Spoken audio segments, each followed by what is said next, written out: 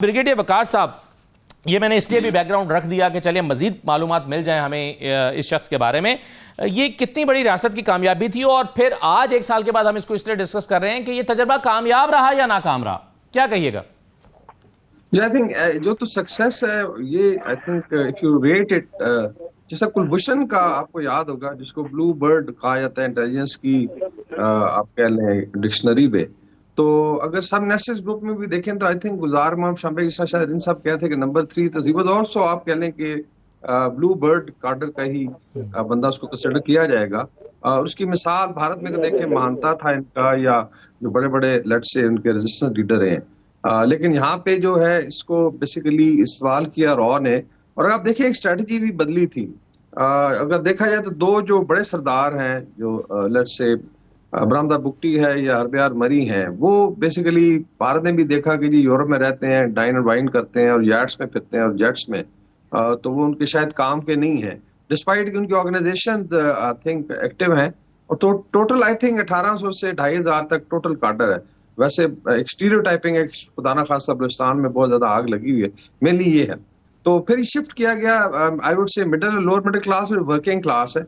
गुलजार मोहम्मद शाम्बे का बैकग्राउंड देखें तो ये कॉन्ट्रैक्टर भी रहे हैं, उसके बाद ये जर्नलिज्म भी किया। तो आप कह लें कि एक यंग मिडिल क्लास का बंदा उसको आगे लाया गया। इसी तरीके से अलहमद बलोच का ग्रुप है या मजीद ब्रिगेड, तो एक तो स्ट्रेटजी शिफ्ट था। लेकिन आई थिंक इनका जो पकड़ा जाना है और फिर मेन स्ट्रीम आना, ये बहुत बड़ा शौक था और रिसर्च एनालिसिस में, बिकॉज ये उनके लिए एक ब्लू बर्ड ही था।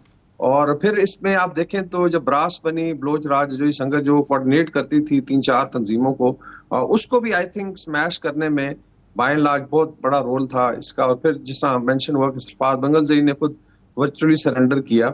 असल में अभी जो बलोच यूथ है उसमें भी एक रियलाइजेशन है, जो बिविल्डर्ड यूथ है बाय एंड लार्ज तो मेन स्ट्रीम है। लेट्स से अगर किसी ने गन उठाई हुई है कि बलूचिस्तान अभी आगे जो है फ्यूचर ऑफ पाकिस्तान और पाकिस्तान का फ्यूचर बलूचिस्तान है। अभी रेकोडेक आ रहा है, डेवलपमेंट हो रही है, सीपेक का भी शहबाज शरीफ जब जा रहे हैं इंशाल्लाह चाइना, सेकंड फेज लॉन्च होने लगा है। तो बाकी उन्होंने देखा गल्फ में कैसे प्रोग्रेस की है, ईरान में कैसे प्रोग्रेस की है, इलाकों ने कनेक्टिविटी का दौर है।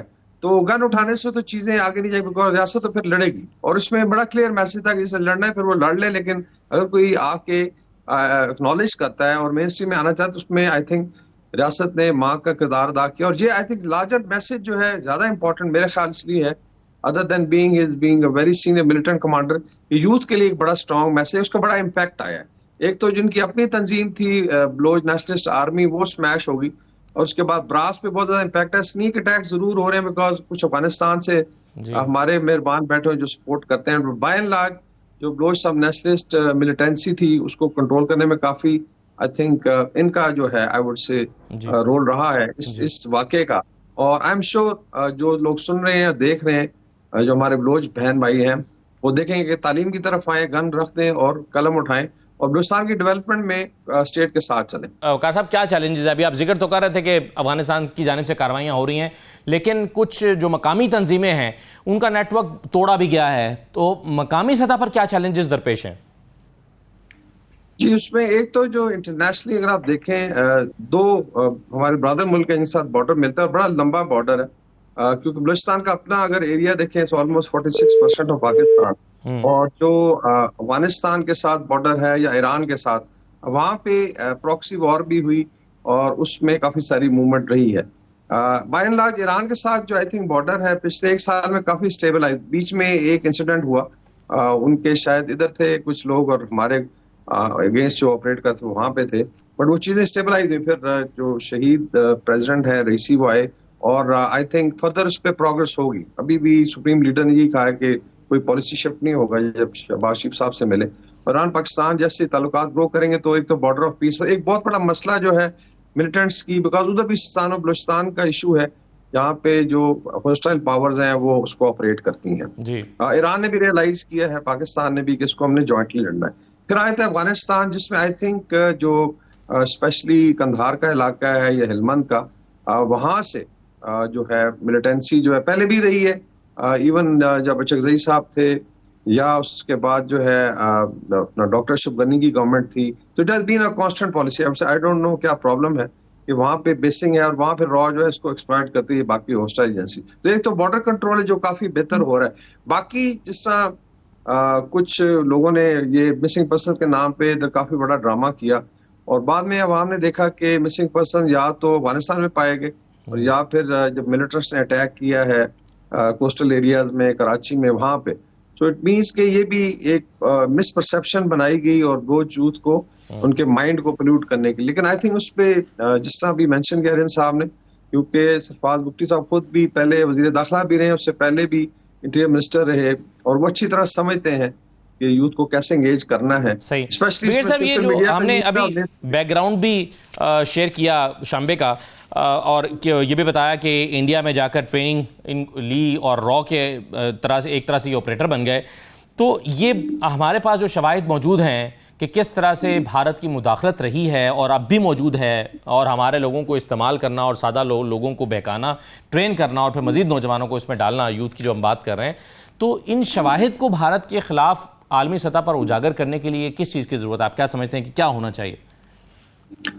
जी, इसमें जो है एक तो अभी एक कॉमन आई थिंक थ्रेट बन चुका है। भारत जो है, आपको पता होगा, इस पर काफी डिस्कशन कनाडा में हुआ, उसके बाद यूएस में एक एनवायरनमेंट भी बन गया है कि नाउ इट इज प्रूवन। पहले पाकिस्तान हमेशा डोजियर्स भी दिए एंड ऑल दैट, मेरे को से फर्क नहीं पड़ता, और साउथ एशिया में भारत का वेट ज्यादा था। लेकिन जब इन्होंने वेस्ट में किया तो अभी इनको आई थिंक एहसास हुआ है कि भारत है 10 स्क्वाड्स है, मिनिस्ट्रीज इन्वॉल्व है, मिनिस्ट्री ऑफ एक्सटर्नल अफेयर्स है, इनका एनएसए का ऑफिस इन्वॉल्व है और ये टेररिस्ट स्क्वाड भेज के लोगों को मरवाते हैं। तो एक तो एनवायरनमेंट है जिसमें आई थिंक आपकी बात सुनी जाएगी। लेकिन मेरे ख्याल में एक तो इंटरनली इसको स्ट्रेंथन करने की जरूरत है विद इन बलूचिस्तान, और फिर मे भी पाकिस्तान शुड, मैं हमेशा कहता हूँ कि आप भी कोई ऑफेंसिव स्ट्रेटजी बनाए, जिस तरह वो लोग टारगेट करते हैं भारत को, उसी कॉइन में जवाब देना पड़ेगा। वकार साहब, क्या चैलेंजेस है? अभी आप जिक्र तो कर रहे थे कि अफगानिस्तान की जानिब से कार्रवाइयां हो रही हैं, लेकिन कुछ जो मकामी तंजीमें हैं उनका नेटवर्क तोड़ा भी गया है, तो मकामी सतह पर क्या चैलेंजेस दरपेश हैं? जी, उसमें एक तो जो इंटरनेशनली अगर आप देखें, दो हमारे ब्रदर मुल्क के साथ बॉर्डर मिलता है और बड़ा लंबा बॉर्डर है, क्योंकि बलूचिस्तान का अपना अगर एरिया देखें तो ऑलमोस्ट 46% ऑफ पाकिस्तान, और जो अफगानिस्तान के साथ बॉर्डर है या ईरान के साथ, वहां पे प्रॉक्सी वॉर भी हुई और उसमें काफी सारी मूवमेंट रही है। बाय एंड लार्ज ईरान के साथ जो आई थिंक बॉर्डर है पिछले एक साल में काफी स्टेबल आई। बीच में एक इंसिडेंट हुआ, उनके शायद इधर थे कुछ लोग और हमारे अगेंस्ट जो ऑपरेट करते वहां पे थे, बट वो चीजें स्टेबलाइज हुई। फिर जो शहीद प्रेसिडेंट है रईसी वो आए और आई थिंक फर्दर इस पे प्रोग्रेस होगी। अभी भी सुप्रीम लीडर ने यही कहा है कि कोई पॉलिसी शिफ्ट नहीं होगा जब शहबाज शरीफ साहब से मिले। ईरान पाकिस्तान जैसे ताल्लुकात ग्रो करेंगे तो एक तो बॉर्डर ऑफ पीस, एक बहुत बड़ा मसला जो है मिलिटेंट्स की, बिकॉज उधर भी सिस्तान और बलूचिस्तान का इशू है, जहाँ पे जो होस्टाइल पावर्स हैं वो उसको ऑपरेट करती हैं।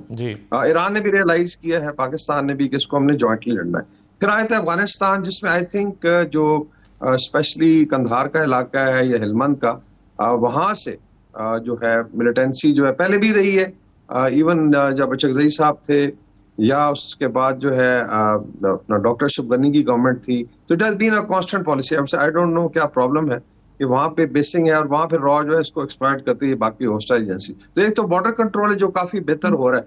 बाकी जिस तरह कुछ लोगों ने ये मिसिंग पर्सन के नाम पे इधर काफी बड़ा ड्रामा किया